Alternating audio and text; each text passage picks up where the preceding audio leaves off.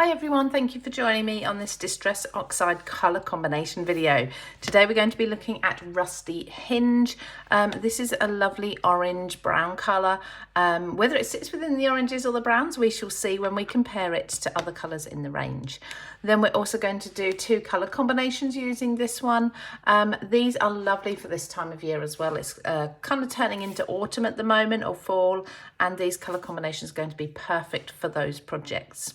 So everything I'm using is listed down below as always, and of course you can take inspiration from any of these colour combinations and do share with me over on my social pages. Everything you need, all the links are down below. So the first thing we're going to do is swatch this onto white cardstock and just see what the colour looks like on its own. Now I always go onto the Creative Craft Products cardstock. This is the white stamping cardstock. It's smooth and the colours blend beautifully.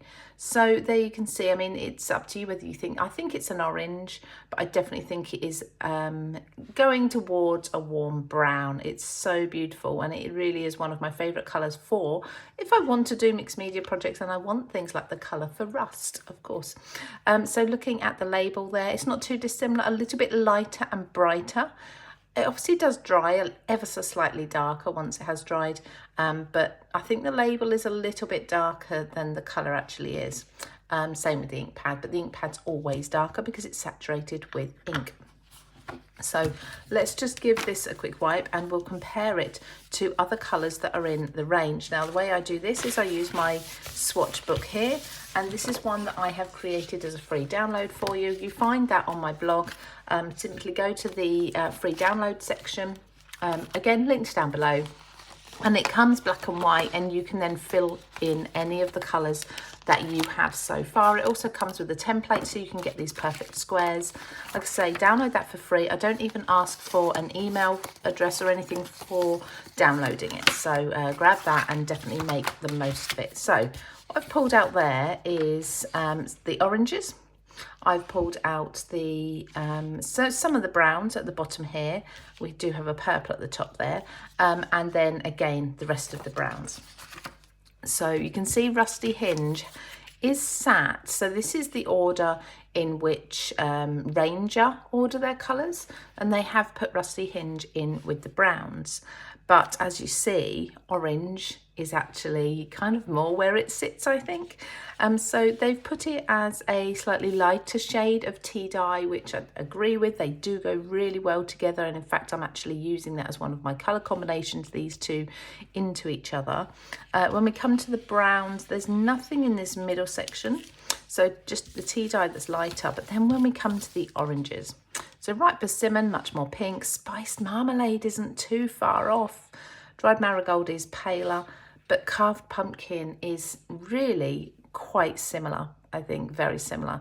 So I think if you're looking at these colour combinations today and you really like them, and you don't have Rusty Hinge, but you do have spiced marmalade, carved pumpkin, you could well be replacing the Rusty Hinge with either of those just for now. So there we go. So I like to try and save you a few pennies if I can, and show you where you can kind of substitute some of the colours at times. So okay, let's bring back our blending mat. Now I like to use for this, just for my swatches, which I do keep all to the side and refer back to a lot, I like to use the 6x6 clear blending mat.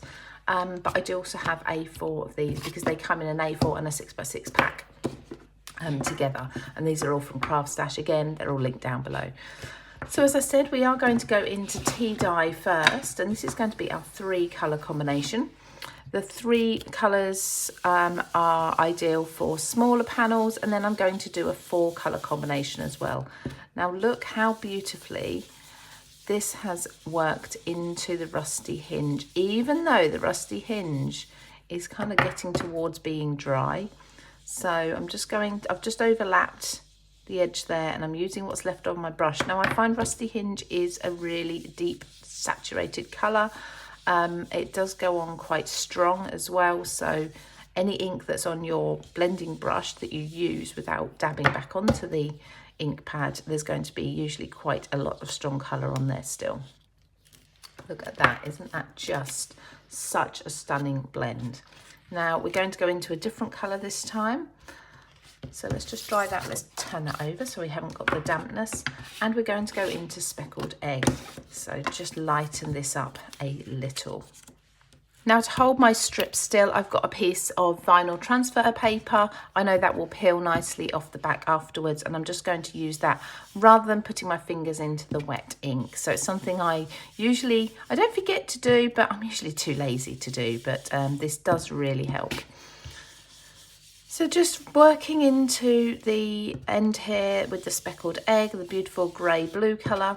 Now I want to make sure that I don't get the whole strip overpowered with orange. So I'm doing a good third of this with the Speckled Egg, not doing any blending just yet. And the first thing I'm going to do is bring the Speckled Egg up into the tea dye and work that line there. So you can see that is just stunning. It works really well despite them being two very different colours. Going back in with anything that's left on my tea dye brush and bringing this back up. So we kind of get a little bit of a pale creamy colour, an ivory colour going on between the two, but a beautiful, beautiful blend from one into the other there. Now next we're going to stick with the warm autumnal tones, and I'm going to go with Wild Honey first of all, which is a lovely bright yellow. It is almost an orange, but I still class it as yellow. The label for this one, when we get to it, is quite interesting because you can see, I think it's quite different to the label. So it'll be interesting to do the video on this one when we get to it. And if you are new to this video or this series, we are covering each of the Distress Oxide colours alphabetically, working through all of them. As you can see, we're on to Rusty Hinge, so we're over halfway through now. And we're doing the same as this, looking at each one in detail. You know, what colour really is it? What does it go with? How does it compare with other colours in the range? So we're doing that for everything. And then once I've been through all the colours in that way, I've got a fun new series planned for you, which I'm excited to show you. So look how beautifully Rusty Hinge has gone into Wild Honey. How warm and gorgeous is that? Now, if you choose to take any of these colour combinations and just use part of them like this, you can absolutely do that. You don't have to use the entire combination. These are just examples for you to show you how different colours work together. As we've been through the series, we've realised that actually some colours don't work so well together. But it's trial and error, and I don't test out any of the combinations before I show them to you because I like to kind of guess them and then see how they look once we put them down together. So the next colour I'm going in with this one is Aged Mahogany. So a beautiful, beautiful red. It's a deep dark burgundy red, and again it's going to work really well into that orange. Really getting those autumnal feels with this one. So as you see, I very often don't reapply any more ink when I'm doing my blending until I think I really need to. Again, with this, with Rusty Hinge, I just haven't needed to.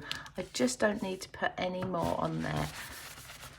Now, lastly, I'm going to go into the bottom with Ground Espresso. So again, let's turn this over. Let's pop my transfer paper down just so that I can hold this still.